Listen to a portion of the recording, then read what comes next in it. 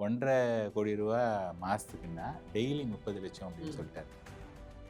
300 கோடி ரூபாய் யார் ஃபிக்ஸட் டெபாசிட்டில் போட்டிருக்காங்களோ அவங்க வந்து தே ஆர் இந்த 30%. ஃபர்ஸ்ட் ஆஃப் ஆல் எல்லாத்தையுமே ஃபிக்ஸட் டெபாசிட்டில் போடணுங்கிற அவசியம் கிடையாது. ஹைப்ரிட் ஃபண்ட்ஸில் வந்து பார்த்தோம் அப்படின்னா அதில் ஈக்விட்டி இருக்கும், டெட் இருக்கும், கமாடிட்டி கோல்டு சில்வர் எல்லாமே இருக்கும். அது வந்து ஆவரேஜாக வந்து பார்த்தோன்னா ஒரு 10லேருந்து 12% கிடைக்கிறதுக்கான வாய்ப்புகள் வந்து நிறைய இருக்குது. நாளைக்கு சீம்லெஸ்ஸாக இந்த மணி வந்து என்ன ஆகும்னா நெக்ஸ்ட் ஜென்ரேஷனுக்கெல்லாம் போகும். நான் ஓரளவு பணம் வந்துருச்சு, இதை நான் தூக்கி எப்படி இங்கே வச்சுக்கிறேன் அப்படின்னு சொல்கிற அந்த மைண்ட் செட் நீங்கள் எப்படி பார்க்குறீங்க? இப்போ நீங்கள் மியூச்சுவல் ஃபண்ட்ஸில் நீங்கள் போடுறீங்க அப்படின்னு சொன்னாங்கன்னா there is a high probability next 6 இயர்ஸில் my sincere suggestion or request, இந்த மாதிரி any celebrity or anybody is having more money just consult with the professional. வணக்கம் சார். வணக்கம் கேஷவ் சார். ரீசெண்டாக இந்த வீடியோ நீங்கள் பார்த்துருப்பீங்கன்னு நினைக்கிறேன். ஏன்னா நான் பார்க்குறப்பே நான் நினச்சேன் இந்த மாதிரி ஒரு பிளான் நம்மளும் வச்சுக்கணும் அப்படின்னு சொல்லிட்டு. ஏன்னா விக்னேஷ் சிவன் ஒரு இன்டர்வியூவில் சொல்லியிருப்பாரு, எனக்கு இவ்வளோ அமௌண்ட் வந்து என் பேங்க் அக்கௌண்ட்டில் இருந்துச்சு அப்படின்னா நான் வேலையெல்லாம் விட்டுட்டு என் ஃபேமிலி கூட டைம் ஸ்பெண்ட் பண்ண ஆரம்பிச்சிருவேன் அப்படின்றப்போ என்ன அமௌண்ட் அது அப்படின்னு பார்த்தீங்கன்னா 350 இல்லை 300 கோடி சார் இருந்து அது FDயில் போட்டோம் அப்படின்னா 7% இன்ட்ரெஸ்ட் வரும். அது வந்து ஒரு 300 கோடி கேல்குலேஷன் சொல்லியிருப்பாரு. என்னன்னா 300 கோடி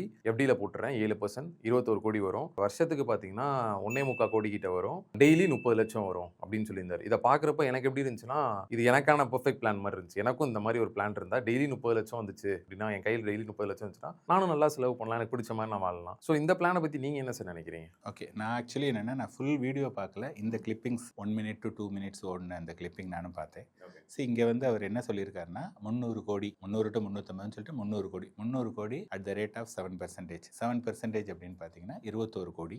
21 கோடி வந்து வருஷத்துக்கு. அப்போ மந்த்லி வந்து பார்த்தீங்கன்னா 21 டிவைடட் பை 12 அப்படின்னு பார்த்தீங்கன்னா 1.75 crores வரும். டிவைடட் பை 30 அப்படின்னு பார்த்தீங்கன்னா 5.83 lakhs per day. ஸோ இங்கே வந்து பார்த்தீங்கன்னா 5,83,000 ரூபா தான் பர் டே வரும். இது சும்மா ஒரு கேஷுவல்ங்கிறதுனால இஸ் நாட் ப்ரிப்பேர்ட், அதுதான் எனக்கு தெரிஞ்சுது. ஒரு ஃபாஸ்ட்டாக கால்குலேட் பண்ணும்போது mistake and bound to happen. அவர் என்ன சொல்லிட்டாருன்னா 1.5 கோடி ரூபா மாதத்துக்குன்னா டெய்லி 30 லட்சம் அப்படின்னு சொல்லிட்டாரு.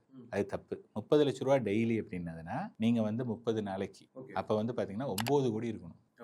ஸோ இங்கே வந்து ஒரு இது வந்து பெரிய ஃப்ளா, சின்ன ஃப்ளா கிடையாது, பெரிய ஃப்ளா. இது வந்து ஒரு பார்ட். இன்னொன்று வந்து பார்த்தோம் அப்படின்னதுன்னா அவர் சொல்கிற மாதிரி 300 கோடி ரூபாய் யார் ஃபிக்ஸட் டெபாசிட்டில் போட்டிருக்காங்களோ அவங்க வந்து தே ஆர் இந்த 30% டேக்ஸ் ப்ராக்கெட். அந்த 7% இன்ட்ரெஸ்ட் அப்படின்னதுன்னா ஒரு நார்மல் பீப்புள், ஒருத்தருக்கு பணமே இல்லைன்னா அவர் தான் வந்து he can enjoy all the 7%.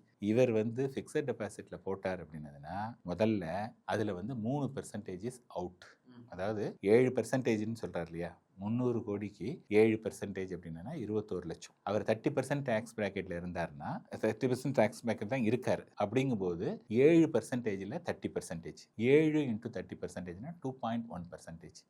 2.1% வந்து டேக்ஸ்லேயே போயிடும். புரியுதுங்களா? ஆர் அவர் சொன்னார் இல்லையா 21 கோடி எனக்கு கிடைக்கும்னு சொன்னார் இல்லையா, அந்த 21 கோடியில் வந்து 30% டேக்ஸ். அப்போ 6.3 crores அது டேக்ஸ்லேயே போயிடும். ஓகே, 6ன்னே வச்சுங்க கேல்குலேஷன். அப்போ 21ல் 6 போச்சுன்னதுன்னா அவருக்கு வந்து 15 கோடி தான் வந்து மீதமே இருக்குது. அந்த 15 கோடியை நீங்கள் வந்து 12ஆல் டிவைட் பண்ணிங்கன்னா மாதத்துக்கு 1.25 கோடி தான். அதை திருப்பி நீங்கள் 1.25 கோடியை நீங்கள் 30ஆல் வகுத்தீங்கன்னா 4 லட்ச ரூபா தான் மாதத்துக்கு. அவர் என்ன சொன்னார்னா 30 லட்ச ரூபான்னு சொன்னார் மாதத்துக்கு. பட் இங்கே ஒரு நாளைக்கு 4 லட்ச ரூபாய் கிட்ட லட்சம் தான் வருது. ஸோ இதில் வந்து பெரிய எரர் இருக்குது. இது வந்து நம்பர் 1. நம்பர் 2 வந்து என்ன அப்படின்னதுன்னா இவ்வளவு மணியையும் அவர் வந்து ஃபர்ஸ்ட் ஆஃப் ஆல் எல்லாத்தையுமே ஃபிக்ஸட் டெபாசிட்டில் போடணுங்கிற அவசியம் கிடையாது. ஏன்னா எப்போதுமே நம்ம என்ன பார்க்கணும் அப்படின்னதுன்னா எந்த மணி நமக்கு வந்து 1, 2, 3 இயர்ஸ்க்கு தேவைப்படுதோ அதை ஃபிக்ஸட் டெபாசிட்டில் வச்சுக்கலாம்.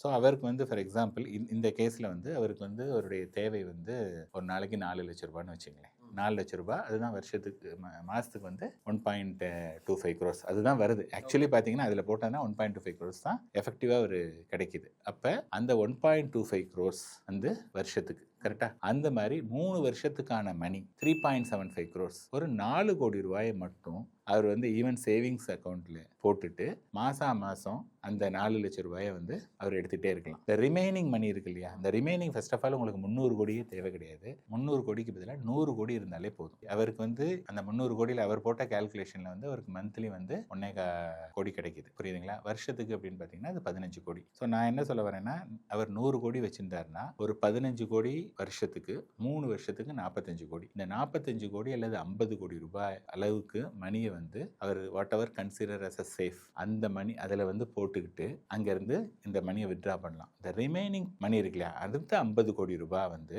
இம்மீடியட்டாக அவர் வந்து அதை எடுக்கவே போகிறதில்ல. 3 வருஷம் கழிச்சு தான் அந்த மணியை எடுக்க போகிறார். ஸோ அந்த ரிமைனிங் 50 crores புரியுதுங்களா, அதில் வந்து பார்த்தோன்னா ஒரு 25 crores மணியை வந்து ஒரு ஹைபிரிட் ஃபண்ட்ஸ், புரியுதுங்களா, ஹைபிரிட் ஃபண்ட்ஸில் வந்து பார்த்தோம் அப்படின்னதுன்னா அதில் ஈக்விட்டி இருக்கும், டெட் இருக்கும், கமாடிட்டி கோல்டு சில்வர் எல்லாமே இருக்கும். அது வந்து ஆவரேஜாக வந்து பார்த்தோன்னா ஒரு 10லேருந்து 12% கிடைக்கிறதுக்கான வாய்ப்புகள் வந்து நிறைய இருக்குது, கோயிங் பை ட்ராக் ரெக்கார்ட். இன்னொரு 25 கோடி வந்து பார்த்தோன்னா அதை வந்து நீங்கள் small cap, mid cap, multi cap எல்லாம் பண்ணலாம். அதில் வந்து 13+ கிடைக்கிறதுக்கான வாய்ப்புகள் இருக்குது. ஃபஸ்ட்டு நம்ம வந்து என்ன பண்ணுறோம்னா 3 வருஷம் அந்த ஹைபிரிட் ஃபண்ட் இருக்கு இல்லையா, அந்த ஹைபிரிட் ஃபண்டில் 25 கோடி நம்ம போட்டிருக்கோம் இல்லையா, at the rate of 10 to 12% அந்த மணி என்ன ஆகிடும் அப்படின்னு சொன்னதுன்னா அந்த 25 கோடிங்கிறது வந்து ஈஸியாக வந்து பார்த்தீங்கன்னா 35 கோடி ஆகிடும். 35 கோடி ஆயிடுச்சு. இப்போ இந்த 35 கோடியில் இப்போ அவருக்கு வந்து நம்ம வந்து என்ன பண்ண போறோம்னா நெக்ஸ்ட் இயர், அதில் வந்து நெக்ஸ்ட் இயருக்கு வந்து அவருக்கு என்ன வருஷத்துக்கு எவ்வளவு தேவைப்படுது, வருஷத்துக்கு 15 கோடி தேவைப்படுது. ஸோ அந்த 35லேருந்து அவர் ஒரு 15 கோடி இங்கே எடுத்துக்கலாம். ஸோ இந்த ரிமைனிங் 20 வந்து வளர்ந்துகிட்டே இருக்கு. இதுலேருந்து கொஞ்சம் கொஞ்சமாக எடுத்துட்டு இருக்கலாம். அதே சமயத்தில் இந்த ஒரு 25 கோடி போட்டிருக்காரு இல்லையா, அது வந்து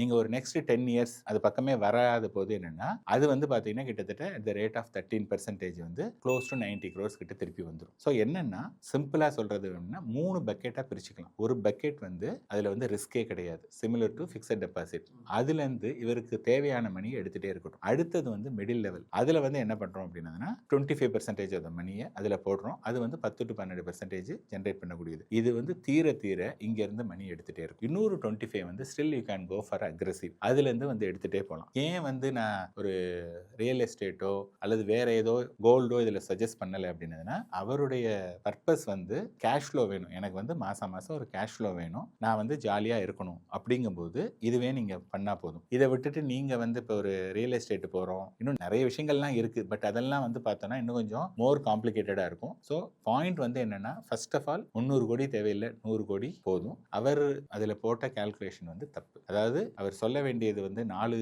லட்சம் ரூபா டெய்லிங்கிறதுக்கு பதிலாக 30 லட்சம்னு சொல்லிட்டார். 4 எங்கே இருக்குது, 30 எங்கே இருக்குது, கிட்டத்தட்ட 10 times வந்து மோர். அங்கேயே வந்து பெரிய எரர். சார் இப்போது என்னென்னா இப்போ அவரோட ஃபினான்ஷியல் பிளான் அவர் சொல்லியிருந்தார், பட் அதில் ஒரு பெரிய ஃப்ளாவே இருந்துச்சு. பட் அவர் டக்குன்னு கால்குலேட் அங்கே பண்ணனால தெரியல. ஸோ இந்த மாதிரி இப்போது உண்மையாலுமே ஒரு பெரிய கார்பஸ் வச்சுருவாங்க, உண்மையாலுமே இந்த மாதிரி பிளான் பண்ணிட்டாங்க அப்படின்னா அது ஒரு எவ்வளோ பெரிய ஃப்ளா ஆகும்னு உங்களுக்கும் தெரியும். ஸோ அதுக்கு பதிலாக என்ன மாதிரி விஷயங்கள்லாம் பண்ணால் அவங்க அதுலேருந்து அவங்கள பாதுகாத்துக்கலாம் சார்? ஏன்னா ஒரு டெசிஷனை என்கிட்ட பணம் இருக்குது நான் எடுக்கிறேன்றதுக்கு பதிலாக அந்த டெசிஷன்ஸ் எடுக்கிறதுக்கு டைம் கொடுத்து இல்லை என்னென்ன விஷயங்கள்லாம் பண்ணலாம் அவங்க? ஸோ இதில் வந்து என்னென்னா நான் எப்போதுமே நிறைய வீடியோஸில் என்ன சொல்கிறதுன்னா மணிங்கிறது வந்து ஒரு ரிசோர்ஸ், புரியுதுங்களா. அதாவது அவங்க வந்து சினிமாவில் இது மாதிரில நிறைய அவங்க ஏர்ன் பண்ணியிருக்காங்க, கஷ்டப்பட்டு தான் எல்லாருமே ஏர்ன் பண்ணுறாங்க. இட்ஸ் நாட் ஈஸி மணி. அந்த மாதிரி கஷ்டப்பட்டு ஏர்ன் பண்ண ரிசோர்ஸை அவங்க வந்து என்ன பண்ணணும்னா ப்ராப்பராக வந்து எந்தெந்தில் இன்வெஸ்ட் பண்ணணும்னு தெரியாது. ஏன்னா அவங்களுடைய profession is not into investment. So they know only இந்த சினிமா, அந்த ப்ரொஃபஷன் தான் அவங்களுக்கு தெரியும். அதனால வந்து they are good at in the profession. So when it comes to money அப்படிங்கும்போது இப்போ என்ன மாதிரி நிறைய பேர் இருக்காங்க, நாட் நெசசர்லி மீ, அந்த மாதிரி ஆளுங்கள்ட்ட சார் என்கிட்ட இந்த மணி இருக்குது, நான் வந்து ரிட்டையர் ஆகணும், ரிட்டையர் ஆனால் எது வந்து கரெக்டான மணி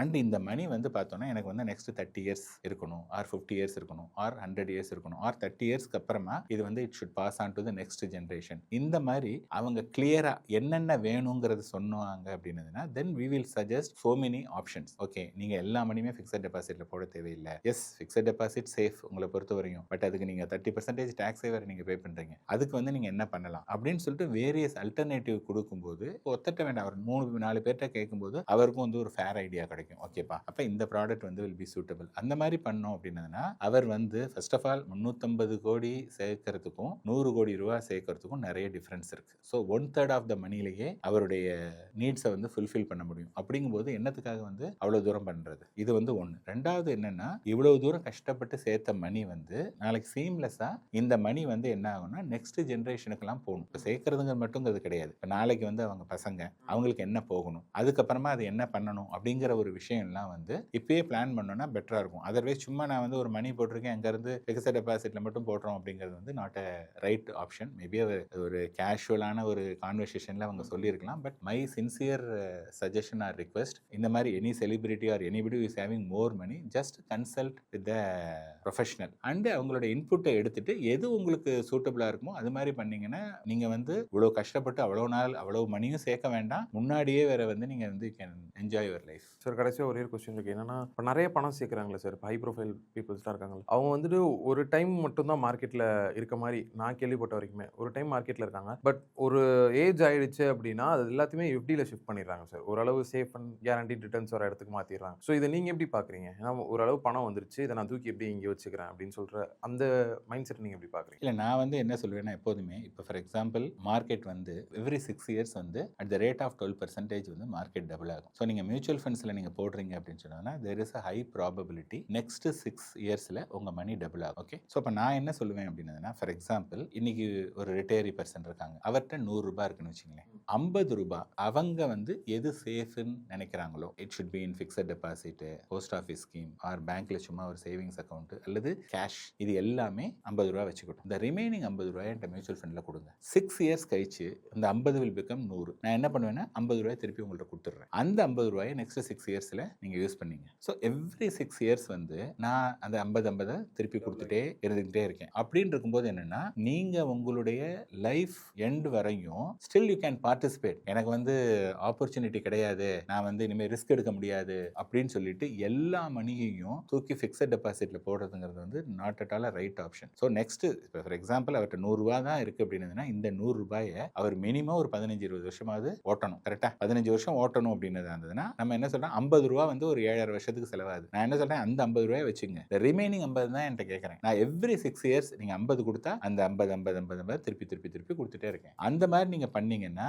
இந்த ஃபிக்ஸட் டெபாசிட்ல வரக்கூடிய ஒரு 6-7%, இதுல வரக்கூடிய 12 அப்படிங்கும்போது ஒரு 7 + 12 19 divided by 12 9.5 to 10%. So your overall portfolio வந்து even at the retirement volatility இருந்தா கூட நீங்க வந்து you are taking out only from the fixed இன்ஸ்ட்ருமெண்ட்ல தான் எடுக்கிறதுனால ஸ்டில் யூ கேன் மேக் ஒரு 10% வரையும் பண்றது நல்லது. ஸோ டோன்ட் புட் எல்லாத்தையுமே வந்து ஃபிக்ஸட் டெபாசிட்ல போடுறதுங்கிறது not at all good idea. Okay sir, ரொம்ப நன்றி சார். நன்றி.